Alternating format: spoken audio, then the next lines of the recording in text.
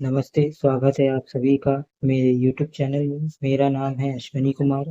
इस वीडियो में मैं आपको नवरात्रि पर्व के बारे में बताऊंगा। उससे पहले आप सभी को नवरात्रि पर्व की हार्दिक शुभकामनाएं। तो शुरू करते हैं इस वीडियो को।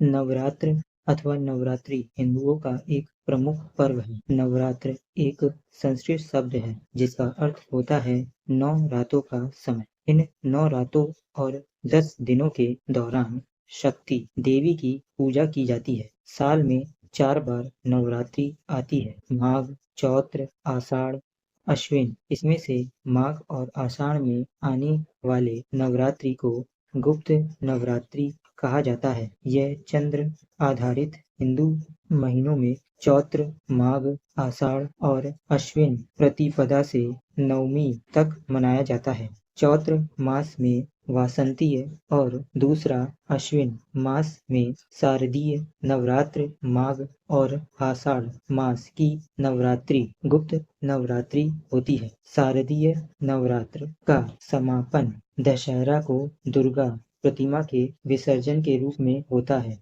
गौर से देखें तो नवरात्रि में 3-3 माह का अंतर होता है। हिंदू कैलेंडर के हिसाब से सबसे पहले चैत्र मास में 9 दिन चैत्र नवरात्रि के होते हैं। उसके बाद 3 माह बाद आषाढ़ में गुप्त नवरात्रे आते हैं। उसके फिर 3 माह बाद शारदीय नवरात्रे और फिर अंत में गुप्त नवरात्रे माघ माह में आते हैं।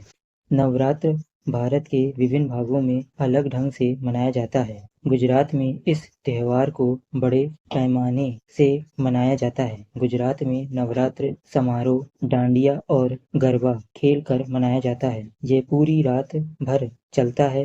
देवी के सम्मान में भक्ति प्रदर्शन के रूप में गरबा आरती से पहले किया जाता है और डांडिया समारोह उसके बाद। पश्चिम बंगाल के राज्य में बंगालियों के मुख्य त्योहार में दुर्गा पूजा बंगाली कैलेंडर में सबसे अलंकृत रूप से उभरा है। चलिए अब जाने इसके महत्व के बारे में। नवरात्र उत्सव देवी अम्बा का प्रतिनिधित्व है। वसंत की शुरुआत और शरद ऋतु की शुरुआत जलवायु और सूरज के प्रभावों का महत्वपूर्ण संगम माना जाता है। यह 2 समय में माँ दुर्गा की पूजा के लिए पवित्र अवसर माना जाता है। त्योहार की तिथियां चंद्र कैलेंडर के अनुसार निर्धारित होती हैं। नवरात्र पर्व माँ दुर्गा की अवधारणा, भक्ति और परमात्मा की भक्ति की पूजा का सबसे शुभ और अनोखा अवधि माना जाता है। यह पूजा वैदिक युग से पहले प्रागैतिहासिक काल से चला आ रहा है। वैदिक युग के बाद से नवरात्र के दौरान की भक्ति प्रार्थनाओं में से मुख्य रूप गायत्री साधना का है। नवरात्र में देवी के शक्तिपीठ और सिद्धपीठों पर भारी मेले लगते हैं। माता के सभी शक्तिपीठों का महत्व अलग अलग है, लेकिन माता का स्वरूप एक ही है। कहीं पर जम्मू कटरा के पास वैष्णो देवी बन जाती हैं तो कहीं पर चामुंडा के रूप में पूजा जाता है। बिलासपुरी हिमाचल प्रदेश में नैना देवी नाम से माता के मेले लगते हैं, तो वहीं सहारनपुर में सांकुभरी देवी के नाम से माता का भारी मेला लगता है। चलिए अब जाने धार्मिक कार्य के बारे में। चौमासे में जो कार्य स्थगित किए गए होते हैं उनके आरंभ के लिए साधना इसी दिन से जुटाए जाते हैं। क्षत्रियों का यह बहुत बड़ा पर्व है। इस दिन ब्राह्मण सरस्वती पूजा तथा क्षत्रिय शस्त्र पूजा आरंभ करते हैं। विजयादशमी या दशहरा एक राष्ट्रीय पर्व है, अर्थात अश्विन शुक्ल दशमी को सायंकाल तारा उदय होने के समय विजय काल रहता है। यह सभी कार्यों को सिद्ध करता है। अश्विन शुक्ल दशमी पूर्व विद्या निषिद्ध, पर विद्या शुद्ध और श्रवण नक्षत्र युक्त सूर्योदय व्यापनी सर्वश्रेष्ठ होती है। अपराह्न काल श्रवण नक्षत्र तथा दशमी का प्रारंभ विजय यात्रा का मुहूर्त माना गया है। दुर्गा विसर्जन, अपराजिता पूजन, विजय प्रयाग, शमी पूजन तथा नवरात्र पारण इस पर्व के महान कर्म है। इस दिन संध्या के समय नीलकंठ पक्षी का दर्शन शुभ माना जाता है। क्षत्रिय या राजपूतों इस दिन प्राय स्नानादि नित्य कर्म से निवृत्त होकर संकल्प मंत्र लेते हैं। इसके पश्चात देवताओं, गुरुजन, अस्त्र शस्त्र, अश्व आदि के यथाविधि पूजन की परंपरा है।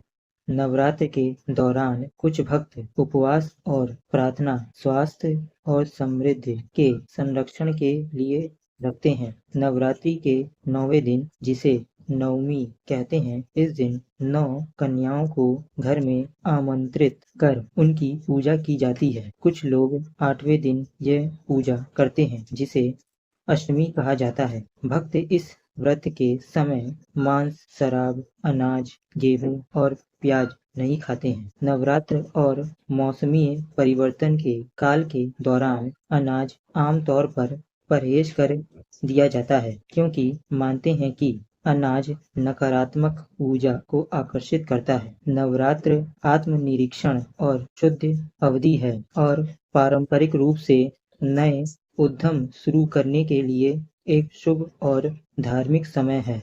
चलिए अब जाने और धर्मों में नवरात्रि और देवी पूजा का उल्लेख सिख धर्म के ऐतिहासिक ग्रंथों में मिलता है, खासकर गुरु गोविंद सिंह द्वारा रचित दसम ग्रंथ में। इतिहासकारों के मुताबिक सिखों की देवी शक्ति और शस्त्रों के लिए इज्जत और श्रद्धा सत्ता हिंदुओं की परंपराओं से काफी मिलती जुलती है। सिख धर्म के दूसरे गुरु अंगद देव देवी दुर्गा के एक परम भक्त थे। जैन धर्म के पैरोकारों ने अक्सर हिंदुओं के साथ नवरात्रि के सामाजिक और सांस्कृतिक जश्न मनाए हैं, खासकर गरबा जैसे लोक नाचों। तो आपको मेरे द्वारा बताई गई यह जानकारी वीडियो के माध्यम से कैसी लगी, कमेंट बॉक्स में जरूर बताइएगा।